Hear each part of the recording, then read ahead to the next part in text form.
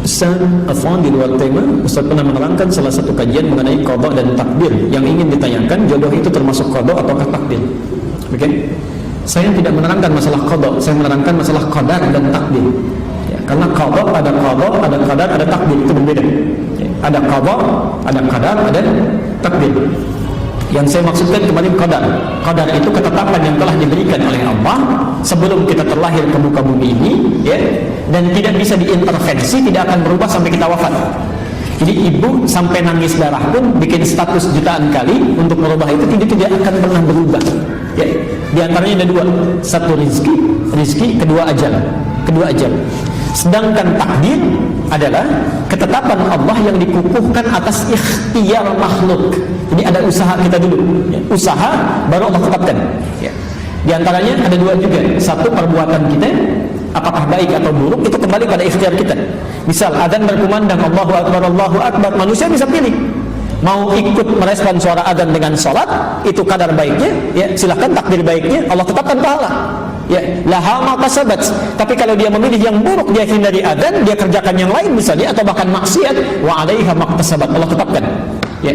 Nah, supaya manusia memilih yang baik, Allah turunkan hidayah, diberikan hidayah. Quran surah 29 ayat 69. Jodoh masuk yang mana? Jodoh masuk kepada takdir, ya, bukan qadar. Dia harus usaha dulu, usaha cari. Makanya kata Nabi, tunkahul mar'atu li arba'in. Ya, perempuan dinikahi lewat 4 hal. Kenapa bahasanya dinikahi? Karena perempuan cenderung menunggu laki-laki yang aktif, ya. Tapi bukan berarti perempuannya diam, tidak, menunggu dalam kebaikan. Jadi kalau ibu ingin mendapatkan misal anaknya calon yang saleh, anak perempuannya, maka perempuannya pun beramal yang saleh, ya. Rajin tahajud, salatnya yang bagus, baca Quran, dia mulai menghafal, maka Allah pun akan kirimkan orang yang baik. Itu usahanya, ya.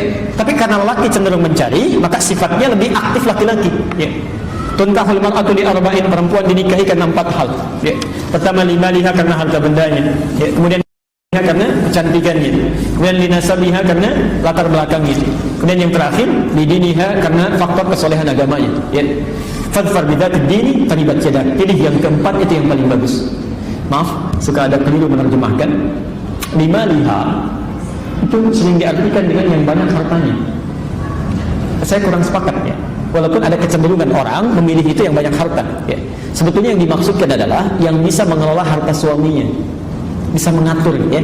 Jadi kalau suami punya pendapatan 5 juta calon suami, jangan cari calon istri yang zakat mualnya saja 10 juta, enggak akan nyambung. Dicari pasangan yang sesuai, ya, punya kemampuan 5 juta, cari yang bisa mengatur harta suami dengan 5 jutanya. Itu maksudnya, ya. Jamaluha bukan jamilah. Kalau jamilah itu cantik, paras. Tapi kalau jamal itu keindahan, ya. Kadang-kadang mohon maaf, ada kecantikannya nilainya misalnya 100, ya. Tapi cerewetnya juga 1000, ya. Itu bisa jadi nggak nyambung, ya. Yang dimaksud jamal itu kecantikannya bisa kepada paras, bisa kecantikannya di dalam. Orang katakan inner beauty misalnya, ya. Jadi itu yang membuat ketenangan dalam rumah tangga. Saya beri contoh, misal istri Nabi Zainab dengan Khadijah, cantik mana? Sudah pernah lihat belum? Bagaimana bisa jawab itu?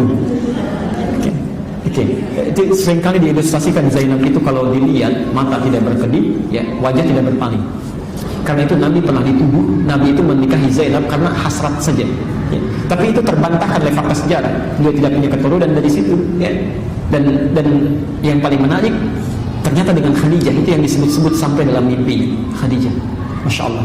Kenapa bisa disebut demikian? Jawabannya ada di Al-Bukhari nomor hadis yang keempat. Silahkan dicek itu. Silahkan dicek. Ada ibu bapak bisa bayangkan, Nabi saat sedang gelisahnya, takutnya lihat Khadijah saja itu hilang setengah kegelisahan. Dengar suara Khadijah bisa hilang seluruh kegelisahan.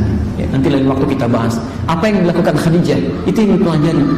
Makanya sering saya katakan, kenapa Nabi diizinkan menikahi lebih daripada 4 perempuan?